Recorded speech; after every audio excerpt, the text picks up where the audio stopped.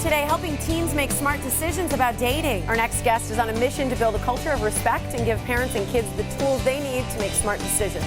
Mike Domitrz is the founder of the Date Safe Project and author of this book. It's called Can I Kiss You? He became inspired to change society after his sister was sexually assaulted in 1989. And today, Mike speaks to tens of thousands of people around the world. Good to see you. Thanks for having me back. Appreciate it. Yeah, absolutely. I think a lot of people remember you from being on the show, but for those who don't, I'd love to you just give a quick background of how you came to do what you do. Absolutely. 1989, I grew up here in Wisconsin, and I was away at college, and I received a phone call that my sister had been raped.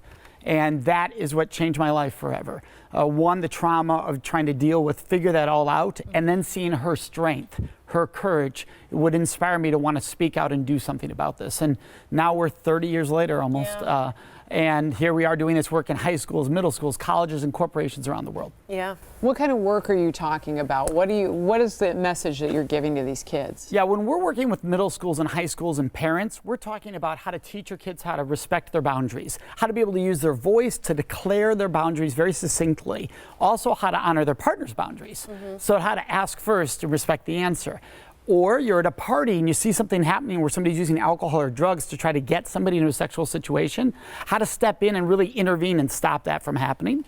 And then lastly, how to create a supportive environment so survivors can come forward. You know, if you're a parent out there and this has ever happened to your kid, you want to make sure they can feel safe coming to you. Most parents do the opposite. Yeah. They actually put like if there's anybody ever touches you, I'll kill them. Right, and that scares the kid from coming forward. We want to open that up. Yeah, I think you've been doing this for a long time. You've been here on the show for a long time. Yes. And I can imagine that dating has changed over the decades. So let's talk a little bit about what you've seen, because I think kids are much more open, but also, and a lot more things are exposed these days, so there's more conversation about it. But I wonder what you're really seeing in the trenches of the schools and the colleges and really talking to kids. Well, and you just brought it up. It's the impact of how much more is open now. And because openness is good. That's healthy. If we're talking, we can address the cycle, it. Right? That's Silence. right. However, if it's open and we're not talking, then the openness, what happens is the students see so much, they're exposed to so much, they think that what they're being exposed to is the norm.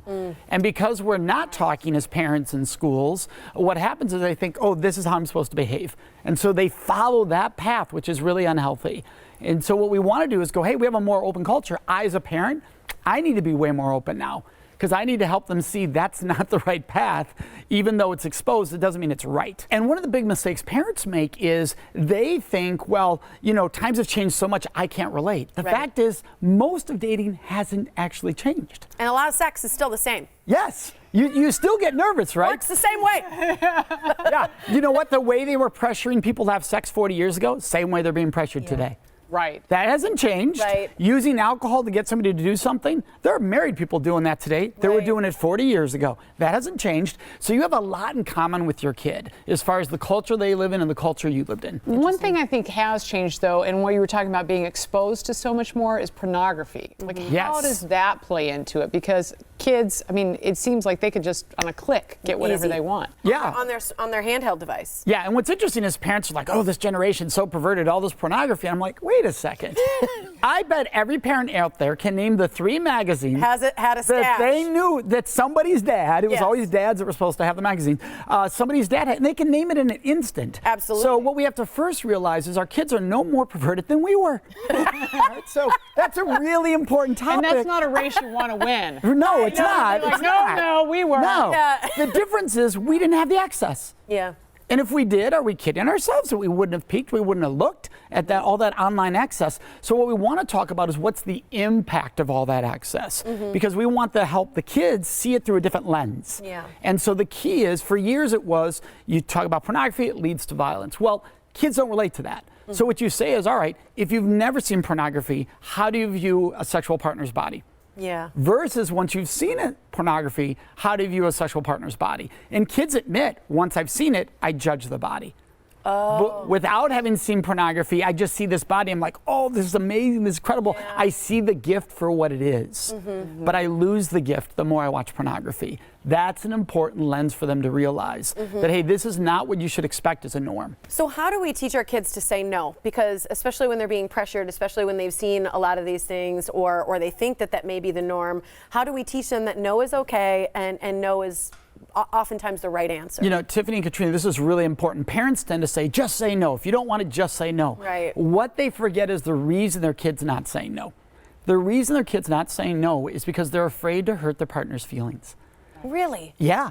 High schoolers, I'll say, I thought maybe it was to be embarrassed, No. or they didn't want other people to think that no, they were. it's none of that, actually. When you're in front of a high school audience and I say, are people saying yes to things they don't want to do sexually, they'll yell yes. Really? Dramatically. And I'll say why, and it's overwhelmingly don't want to hurt their feelings. Yep. Wow. Everybody's too polite. Yeah, and so if I say no, that's going to hurt their feelings. So what we have to teach our kids is that the word no is never mean. Yeah. It's never mean to say no. That's a powerful lesson. You'd be amazed how many kids afterwards write us and say no is never mean. I needed to hear that. No is never mean.